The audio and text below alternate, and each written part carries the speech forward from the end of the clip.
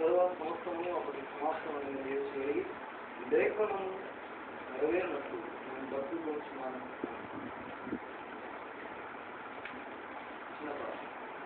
శుభ్రా మమ్మల్ని మళ్ళా ఈ సొంతము నిలబడుతుందిగా తండ్రి మీ ద్వారా ఈ వాక్కు నా ద్వారా మీరు కలిగించినది మహిమ గంట ప్రభావం ఏర్పడుతున్నారన్న ఈ ప్రార్థన చేసి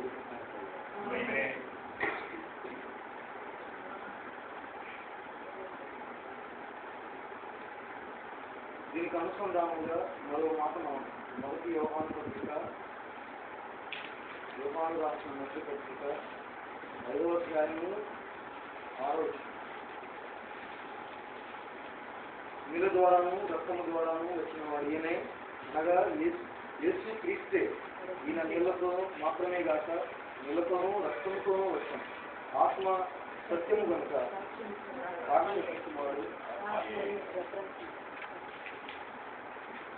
ప్రాముఖ్యంగా నీళ్లు దాహాన్ని తీర్చేది, మన అపవిత్రతను కలుపుకునేది, మురికైనప్పుడు కలుపుకునేది.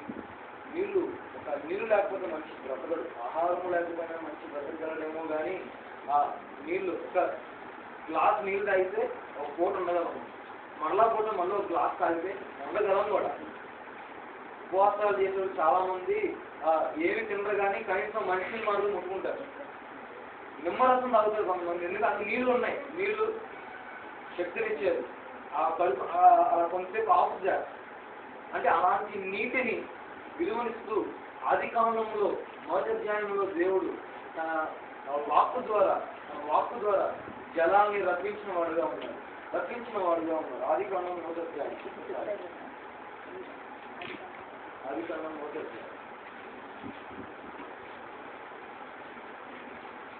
ఆకాశ విశాలం ముందు మరియు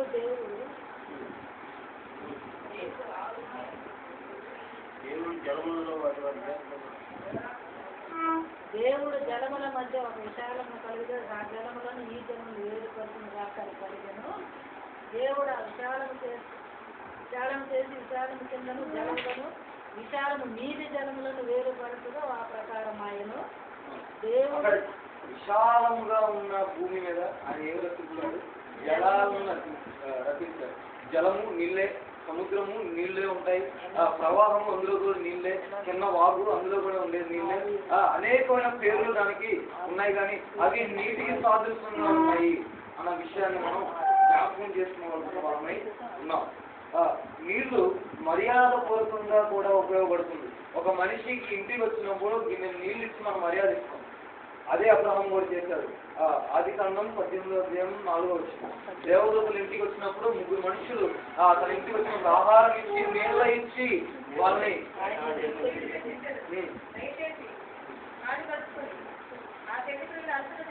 ఈరోజు పల్లెటూరులో చాలా వరకు ఇవాళ కూడా మేము కొన్ని చోట్ల మీటింగ్కి వెళ్తాం కదా. నేను మా మేనమామ సభలా ప్లేట్ మీటింగ్ వెళ్తున్నప్పుడు సభలో ఉండడానికి ఆయా చోట్ల చీరాల, బాపట్ల అటు సైడ్ ఎక్కువగా సొమ్ము నీళ్ళు తీసుకొచ్చారు. కదా ముందు కాలు కట్టుకోండి లోపలండి అని వాళ్ళు ముందు నీళ్ళు తీసుకొచ్చేస్తారు.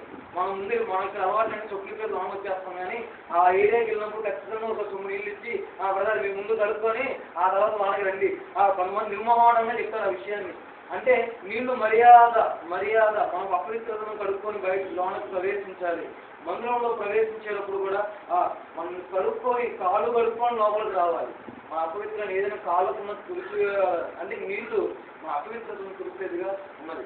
అబ్రహాము దేవదూతలకు నీళ్ళు ఇచ్చినప్పుడు అది మర్యాదపూర్వకంగా నీళ్ళు ఇచ్చిన. మనం ఇంట్లో స్వీటో హాటో పెట్టాలంటే ముందు మంచిలు ఇస్తాం. ఎందుకు అది మర్యాద. బయట నుంచి వాడికి మర్యాద మంచి నీళ్ళు ఇస్తాం. అలాగా నీళ్లు మర్యాదపూర్వకంగా ఉన్నది. మరో విషయాన్ని మనం చూసినప్పుడు ఆది కాండం 21వ అధ్యాయం 9వ అధ్యాయము 12వ వచనం వరకు మనం చూసినట్లయితే అరణ్య మార్గమున బేర్జెబా అరణ్యము వాళ్ళందరూ కూడా ఇశ్రాయేలు అందరూ 21వ అధ్యాయం 9వ వచనం.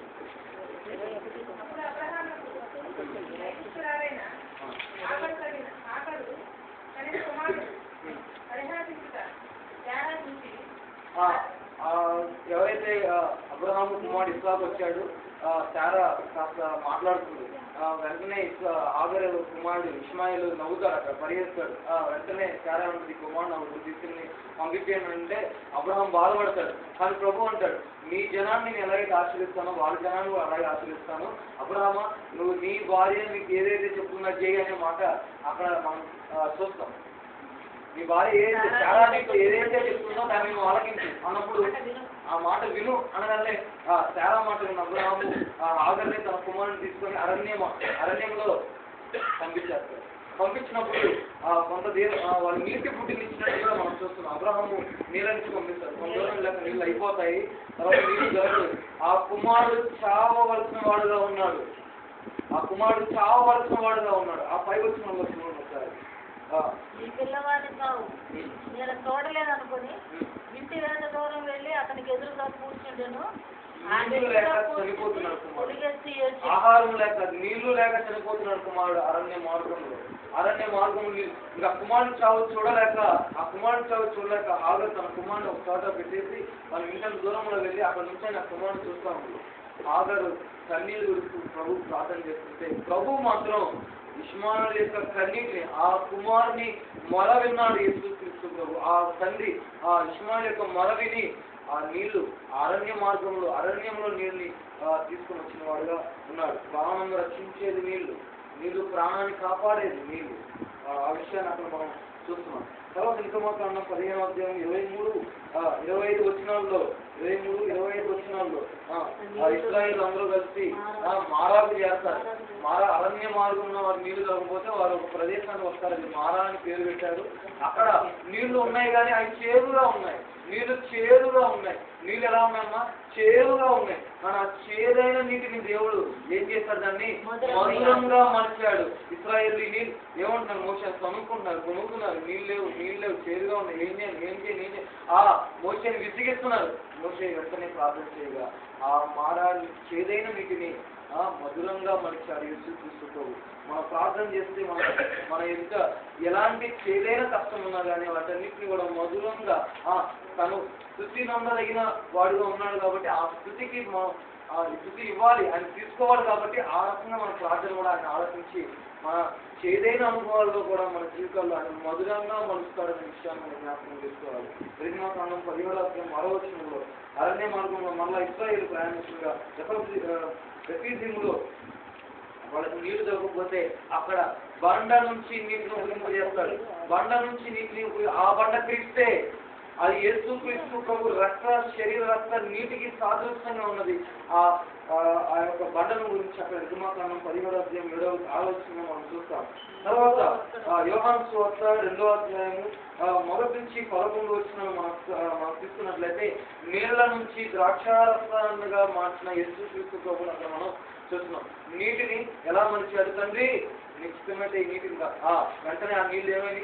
ద్రాక్షారసముగా మార్చబడింది. అది యేసుక్రీస్తు యొక్క రక్తానికి ఆ శిలువ కార్యానికి సాదృశ్యంగా ఉన్నది. ఆయన నీరు రక్తముగా మలిచింది. అందుకని ఆయన చెమట బిందువు రక్తంగా మారిందనే విషయాన్ని గెత్సెమనెలో కొండ మీద ప్రార్థన చేస్తున్నప్పుడు ఆయన ఒక చెమట నీళ్లు రక్తం బిందువుగా మారి. అది యోహాను సువార్త 2వ అధ్యాయం 11 వచనంలో ఆ విషయాన్ని మనం గమనించవచ్చు. తర్వాత యోహాను సువార్త 4వ అధ్యాయం 7వ వచనంలో సమస్య దగ్గరికి వచ్చి యేసుక్రీస్తు ప్రభు నా దాహానికి నీళ్లు ఇమ్మని అడుగుతారు. అక్కడ దాహం ఈ నీళ్లు మనం అడిగితే నువ్వు ఇచ్చే నీళ్లు మళ్ళా నేను తప్పికుంటాను, కానీ నేను ఇచ్చి నీళ్ళు నువ్వు తాగితే ఎప్పటికీ కూడా నువ్వు దాహం గొడవని సమయ స్థితితో ప్రభు మనం చూస్తున్నాం. అంటే ఈ నీరు కాదు, మనం బండలోని ఆ నీరు మనం త్రాగాలి. అంటే ఆ నీరు వాక్యమే ఆ నీరు. 4 సువార్తల్లో కూడా ఆ విషయాన్ని 4 సువార్తలను కూడా దాన్ని ఎగ్జాంపుల్ గా ఫస్ట్ లో అంటాడు కదా, ఆదికాండంలో ఆ నీళ్లు ఒక నది నుంచి అవన్నీ ప్రవహించి అవి 4 శాఖలుగా మారుతాయి అంటారు. 4 సువార్తలుగా మారినాయి. ఆ నీళ్లు 4 సువార్తలుగా 4 శాఖలుగా మారినాయి. అంటే అవి వాక్యానికి సాదృశ్యంగా ఉన్నాయి. ఆ నీరు తాగిన వాడు ఎప్పటికీ దాహం కొనని ప్రభు తన జల ఓటని అక్కడ చెప్తూ వస్తున్నారు. ఆ తర్వాత మరి ముఖ్యంగా 6 విషయాలు మనం ఇక్కడ జ్ఞాపకం చేస్తున్నాం. మన 7వ విషయాన్ని 7వ పాయింట్గా 1 రాజుల గ్రంథం 9వ అధ్యాయం 4వ వచనం. రాజులు మొదటి రాజులు 19వ అధ్యాయము 4వ వచనం. మనం ఒక దినప్రమాణము అరణ్యమునకు పోయి ఒక బదరీ వృక్షం కింద కూర్చుండి మరణాపేక్ష గలవాడే యెహోవా నా పితరుల కంటే నేను ఎక్కువ వాడు కాను, ఇంత మట్టుకు చాలు, నా ప్రాణం తీసుకోను అని ప్రార్థన చేశాను. ఇక్కడ సందర్భం ఏంటంటే ఏలియా బయలుదేవుడు ప్రజలతో ఒక పందెం కాస్తూ ఉంటాడు. ఏమనంటే ఇదిగో నీ దేవుడు గొప్పవాడా, నా దేవుడు గొప్పవాడా అనే సందర్భాన్ని 18వ అధ్యాయంలో మనం చేతగా విషయాలన్నీ ఇక్కడ అందరూ కూడా వాక్యం తెలిసిన వారే కనుక ఆ విషయాలను సూటిగా చెప్పుకొని వెళ్తున్నాము, గమనించవలసిన కనుక బలిపీఠం కడదాము, కట్టెలు పెరుగుదాము, దహన బలికి పశువులు వెళ్దాం. కానీ ఆ దహన బలి మంటను ఎవరు వెలిగించాలి? మీ దేవుడు వెలిగిస్తారా, మా దేవుడు వెలిగిస్తారా అనేది అక్కడ వాళ్ళ యొక్క సందర్భం ఉంది. ఆ విషయం మనం ఒకసారి 18వ అధ్యాయం 24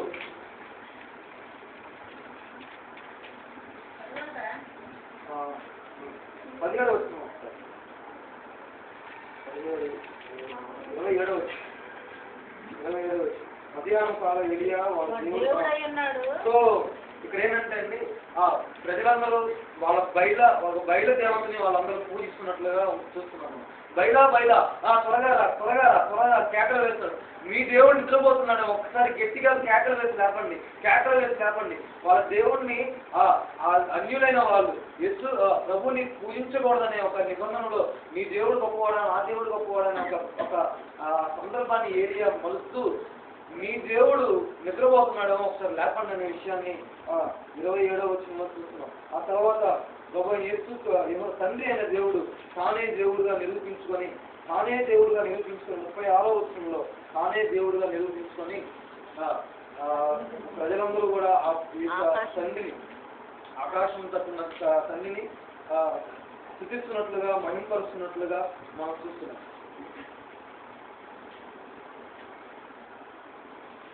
తర్వాత 19వ అధ్యాయానికి వచ్చేసరికి ఏలియా ఆహాబు విషయాలు తీసుకొని జబియేలుకు తెలియజెప్పగా జబియేలు ఏమంటాడంటే ఏలియాతో నేను నా దూతను పంపించి ఏలియాని ఇప్పుడే చంపేస్తా నేను నిలవబెట్టిన ప్రతిమ పూజించకుండా వాడి దేవుడే గొప్ప దేవుడు అని నిరూపిస్తారా, నా ఏలియా నేను చంపేస్తా అని మరణ భయంతో బయలుదేరుతున్నాడు. ఏలియా మరణ భయంతో బయలుదేరుతున్నాడు, ప్రాణ భయంతో బయలుదేరుతున్నాడు అని ప్రయాణం చేస్తూ అరణ్య మార్గం మొదలై వచ్చిన కూర్చొని మరణాపేక్ష గల వారే ప్రభువుకు ప్రార్థిస్తున్నాడు. ఎక్కువ ఆ పుత్రుల కంటే ఎక్కువ కాను, అందరికంటే ఎక్కువ కాను, కానీ ఇంత మట్టుకు చాలు నా ప్రాణం తీసుకున్నాడు. నీటిని నిర్మించిన వాడు ఆయన, నీటిని తన వాక్కు ద్వారా ప్రవహింపజేసిన వాడు ఆయన, నీటిని ఇశ్రాయేలు లోబడిన ప్రజలే ఇశ్రాయేలు వాళ్ళు ప్రార్థించగా మారానికి మధురంగా మనసులేదా, వాళ్ళు ప్రార్థించగా వారి అరణ్య మార్గంలో నీరు ఇవ్వలేదా, తర్వాత ఆభర విషయంలో అరణ్యంలో నీటిని తీసుకుని రాలేదా, ఆయన తండ్రి నాకు దాహం వేస్తుందని యేసుక్రీస్తు ప్రభు ఆ శిలువలో పలికిన ఆ మాట తండ్రి వింటే ఆకాశం నుండి నీళ్ళని పంపాడా? తన కుమారుడు నలుగుతుంది తండ్రి ఇంకా చాలు అనలేదు. ఏలియా మరణిస్తున్నప్పుడు మరణాపేక్ష గలవాడే నా ప్రాణాన్ని తీసేసుకో, నేను ఇంకా చాలు అంటున్నాడు. కానీ ప్రభు ఏమంటున్నంటే నీ ముందు విస్తారమంత పని ఉంది కనుక నువ్వు లేచి భోజనం చేసి నీళ్ళని ఇస్తున్నాడు, ఒక నీటి గుడ్డలో నీళ్ళని ఇస్తున్నాడు ఏలియాకి.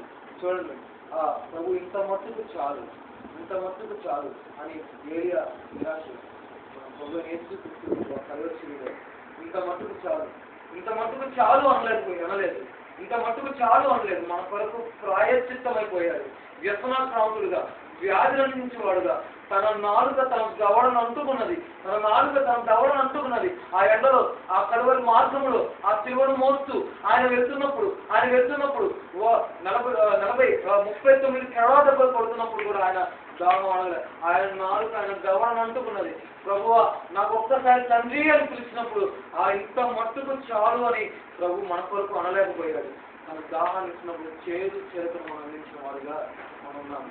మన చేదు చిరకను మాత్రం ఆయనకు అందించాడు, మన పాపను మాత్రం ఆయనకి ఇచ్చాడు. ఆయన మనల్ని మధురంగా మలిచాడు, మన చేదు ఆయన తీసుకున్నాడు. కనుక ఆ మార దగ్గర ఆ సందర్భాన్ని మన యొక్క చేదుని యేసుక్రీస్తు ప్రభు తీసుకొని ఆయన మనల్ని మధురంగా మలిచాడు. ఇంకా చాలు అనలేదు. ఆయన ఆ కలువరిలో మన కొరకు శ్రమ పడ్డాడు, వ్యాధి అనుభవించేవాడుగా, వ్యసనాక్రాంతుడిగా, దాహానికి నీళ్లు ఇచ్చేవాడు లేకుండా ఆ కలువరి మన కొరకు ఆయన మరణించిన వాడుగా ఉన్నాడు. ఆయన నీటి నిర్మించిన వాడు ఆయన, నీటి ఉపయోగించేసిన వాడు ఆయన, అరణ్యంలో నీళ్లు తీసుకొచ్చిన వాడు ఆయన, చేయడానికి మొదలుగా మలిచిన వాడు ఆయన. తండ్రి అని ఒక్కసారి ఆయన పిలిస్తే ఆ పరలోక తండ్రి పిలిచి తన కుమారుడికి నీళ్ళు ఇవ్వడా? కానీ మన యేసుక్రీస్తు ఇంకా చాలు అనలేదు. కానీ ఏలియా ఇంకా చాలు అన్నాడు. మన యేసుక్రీస్తు ఇంకా చాలు అనలేదు, మన కొరకే అనలేదు. ఆయన ఇంకా చాలు అని, మన కొరకే ఆయన నలుగొట్టడానికి తండ్రికే ఇష్టమైంది. కానీ కుమారుడు తండ్రి చిత్తాన్ని నెరవేరుస్తూ ఈ లోకానికి వచ్చాడు. ఆయన ఇంకా చాలు అనలేదు. మన కొరకు మన చేతులను ఆయన తీసుకొని ఆయన మనకు మధురంగా మలిచాడు. ఆయన రక్షణ కార్యాన్ని అక్కడ చేశాడు.